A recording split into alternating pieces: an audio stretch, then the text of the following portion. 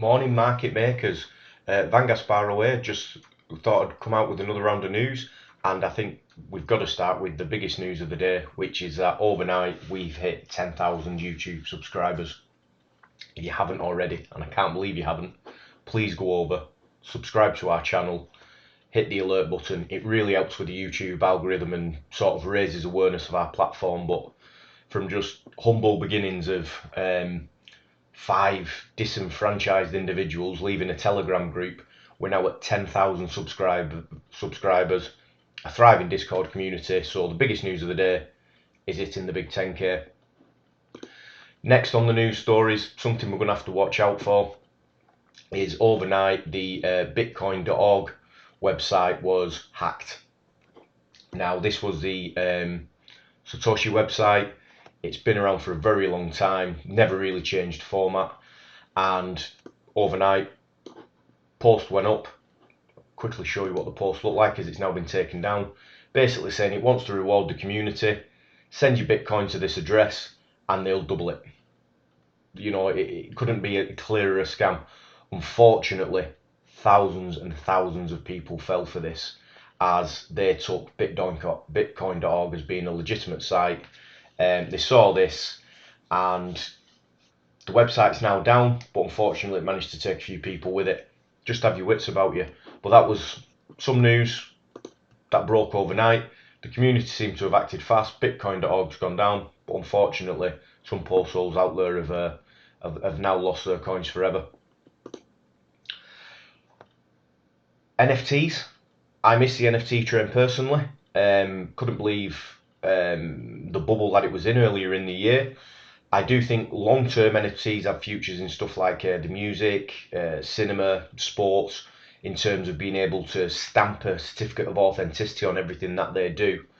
But to see the valuation of Dapper Labs and the NBA Top Shot trading card game, it's come at a valuation of 7.6 billion for a trading card game. It just shows you the amount of money that can pile into certain crypto spaces. And if you look at who the existing investors are, you've got some of the biggest names out there. So it's the NFT bubble doesn't seem to have popped any. It just seems to move from one thing to the next, and today's theme seems to be sports NFTs. Sticking with the sports theme, we were talking in the Discord channel yesterday, and I think somebody was surprised that with a Twitter handle of Van Gasparo that I wasn't Dutch. So I thought it was quite fitting that overnight a news story broke about a Dutch football club, PSV, who have taken sponsorship from Anycoin Direct, and they've taken their sponsorship fully in Bitcoin, and they've decided that they're not going to transfer that Bitcoin to fiat and then sit on a nice bag of fiat. What they're going to do is they're going to hodl it. So we've got a Dutch football club who have come out and decided it's going to hodl its Bitcoin the same day that we were talking about Dutch football in our Discord group. So I thought that was a nice little alignment there. In terms of what's happening in the space and bringing new users and new money into the space, there are two real stories on this front that have come out over the last 24 hours. One is around the Kraken exchange, which if you don't use it, is a US based exchange. I think it's from sort of California way, probably San Francisco like everything else.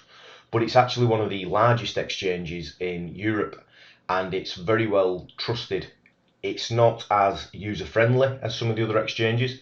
It doesn't lack any real security feature that I'm aware of. So as a secure platform, it seems to be up there. It does lack some of the more esoteric features, gamified features that the likes of Binance and KuCoin seem to be tracking along. But Kraken have announced overnight that they're going to accept Google Pay and Apple Pay on their platform.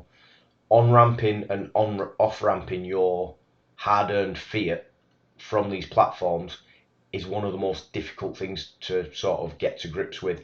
Anything that makes that easier can only be a positive for the space. On a similar theme, you've got FT.com reporting that we have Robinhood, the infamous platform from earlier in the year with the meme stocks, are looking at offering a crypto wallet. Now, in offering a crypto wallet, they're making available the possibility of people being able to send the hard-earned cryptocurrency elsewhere, and they are looking at obviously diversifying Robinhood into a much broader spectrum of offering to the customer base. Robinhood, not as well known outside of the US, but in the US has a lot of users. That coupled with the Kraken news, that could bring new users into the space. Both are relatively sort of simple to gain access to, others more depending on geography, but that's a lot of new users. After the Gary Gensler announcements of recent days, Biden's come out and he has put forward his nomination for the Comptroller of the Currency, Office of the Comptroller of the Currency, the OCC. Now, the person that he's put forward, she has been very clear that she thinks the financial institutions are going to have to change and that cryptocurrency isn't going away and that there's going to be an evolution in those markets. What she seems to be putting forward in a number of articles, and I've read several of these, and they all seem to cherry pick exactly what she said. But summing it up is that the regulation that's coming to crypto is not only there to protect retailers, but it's there to stop the institutions abusing it as well. So you can see this now layering up of language around regulation that's coming in.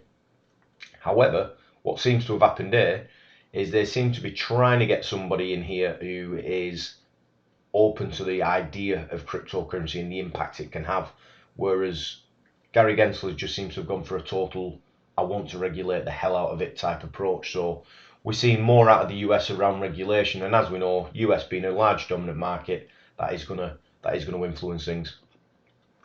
Just a quick example of how two stories in the space of 24 hours can present a very different take on things. If you look at JP Morgan today, they're saying that institutions are ditching Bitcoin for Ether. So they're saying that the big players aren't seeing a value in Bitcoin. They're all jumping on the Ether bandwagon. Bitcoin futures, have returned to the backwardation. They're on a downtrend. Ether is in a sharp increase. It sounds like they're really saying, look at what Bitcoin's doing, look at what Ethereum's doing. There's a very simple graphic there to try and emphasize a point because everyone likes a good visual. There's a message that's been put out. Yet only the day before, the same JP Morgan were saying that Ethereum killers would cut the price of Ethereum in half. Now, if you're looking at investing at Ethereum within the same 24-hour space, you've got two very different stories. One of them saying that the big institutions are dumping Bitcoin for your chosen project in Ethereum. Yet the day before, Ethereum killers were everywhere, and the price of it was going to be cut in half. So it can be very confusing to navigate your way through these markets. But just across those two tabs, that's why it's important to get a mixed balance view. And to end on a bit of a non-story, almost half of crypto owners turn to celebrities like Kim Kardashian for advice, a survey finds. Now, this is in the US. The US is a little more sensitive to celebrity culture than most, but it is also one of the larger dominant markets. And according to a survey, people are looking to the likes of Kim Kardashian for investment advice around cryptocurrencies. We've seen a number of high-profile music and cinema and sports-related celebrities coming into the space. They're all hyping up their own coins on TikTok and Twitter. Well, less TikTok now because of the regulation, but really over Twitter and YouTube and platforms like that. Do you really want to be taking your financial advice from that angle? And when they're looking at shilling a coin, you need to balance that out. So it's quite sad to see. Quick recap again. You can see two stories from JP Morgan, both sides of Ethereum over the same 24 hours. The US and the regulation making nominations should go through the nomination, but we'll see how that, in terms of the news that we got yesterday, sort of plays out.